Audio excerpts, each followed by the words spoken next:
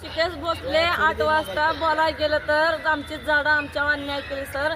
आमची दखल कोण घेत नाही म्हणून शाने आम्ही बोलायला गेलो झाडं तोडू नका म्हणून तिथं सुरुवात केली. समजा गाव आलं तरी गाव काही दखल घेत नाही. आमची सरपंच पाटील त्यांची 4-5 वेळा झाली घटना. आमची माघारी घेतली आम्ही तरी त्यांनी ऐकलं नाही. बापर राणेंनी त्यांनी साथी घेऊन आम्हाला मारलं. आमचं मारलं सर. भावाला मारलं, आईला मारलं तरी आम्ही सण केलं. इथवर आलो बापर राणे त्यांची खालची माणसं घेऊन येऊन शाने आम्हाला हल्ला केला. 3-4 मारला आम्हाला. 5-6 जणांनी तरी गाव आलं नाही. समोर गावाला किती वेळा सांगितलं की आमची दखल घ्या. गाव काही दखल घेत नाही म्हणून आम्ही सिव्हिल आलो. आम्ही सिव्हिलला ऍडमिट झालो. त्याची ते पाहुणे आणले शिवाय दिले त्यांनी आणि परत आम्हाला सुरुवात केल्यानंतर मी गेल्यावर मला पण त्यांनी खूप मारले. झाडं मोडले. आमची दखल घेत नाही म्हणून जी 10-12 वेळा झाली सर. 2-4 वेळा माघारी घेतली तरी आमची काय गाव आली सरपंच पाटील काय दखल घेत नाही. त्यांचेच ऐकून शाने त्यांचं सगळं गाव ऐकून शाने त्यांनी पोलीस स्टेशनला घेऊन येतो आणि आम्हाला मारहाण करतो. दरबारीला माझी जागा असून मला म्हणतं असं शिव्या गाळ्या मयावणी देतो. सरपंच पाटलाला हात जोडलं. गावातल्या सरपंच पाटलाला हात जोडले तरी आमची कुणी काय दखल घेतली. आम्ही विश्वास मोरेकडे आलो. आम्ही विश्वास मोरेंच्या आम्ही आलो अधीक्षक त्यांची आम्ही आमची दखल घ्यायसाठी सांगाय आलो. बाई जोडलं त्यांचं आमची एवढी चिन्हत आहे की आमची न्याय मिळून द्यावा. आमच्या गरीब बाई एवढी अन्याय कशासाठी करतात दरबारीला वर्दळ करत नाही. जमीन दलित अंतरचा संस्थापक अध्यक्ष आजपर्यंत गेली 25 वर्ष पारधी समाज महाराष्ट्रातील बराच माझ्यासोबत असतो. बाबासाहेबांची चळवळ चालवतो.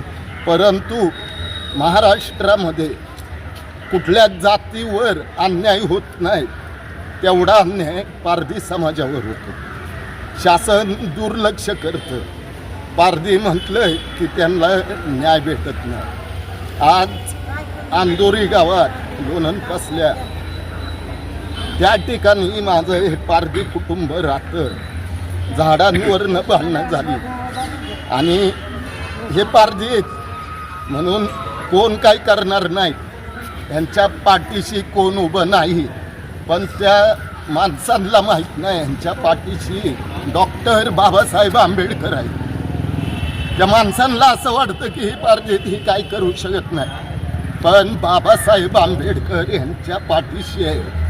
मी संस्थापक अध्यक्ष म्हणून सांगतो. आता जबाब झाला. आतापर्यंत जे सातारा जिल्ह्यात पारधी समाजावर अन्याय झालाय त्याला आम्ही वाचा फोडली, न्याय दिलाय.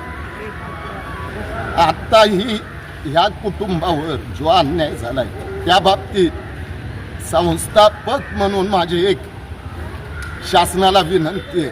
त्वरित त्यांच्यावर ॲट्रॉसिटी गुन्हा दाखल झाला पाहिजे. त्वरित त्यांच्यावर 307चा गुन्हा झाला पाहिजे. त्वरित त्यांच्यावर विनयभंग पण चालू झाली पाहिजे. आणि आज जर असं वाटत असेल, प्रत्येकाला माहिती आहे मी बोलतो तेच करतो, सर्व पारधी समाज घेऊन जिल्हाधिकारी पशी ह्या कुटुंबासाठी पुन्हा एकदा निळं वादळ निर्माण करीन. आंदोलन यांना बसवीन उपोषणाला. त्यामुळं पोलिसांची एक भूमिका असते. आत्ताच एक पोलीस बघितला, तो त्यांच्या गावातला आहे, तो कुठल्या जातीचा आहे माहीत नाही. पोलिसाचं एकच काम असतं तुझी FIR दाखल होणं. तू गावाची बाजू घ्यायला इकडं आलायस काय ह्या गरिबांची बाजू घ्यायला आला. आणि त्या पोलिसाला अजून विश्वास मोरे काय ते माहीत नाही. त्याची वर्दी पण होतो राहील मी मागं पुढं बघणार नाही. जय भीम जय महाराष्ट्र.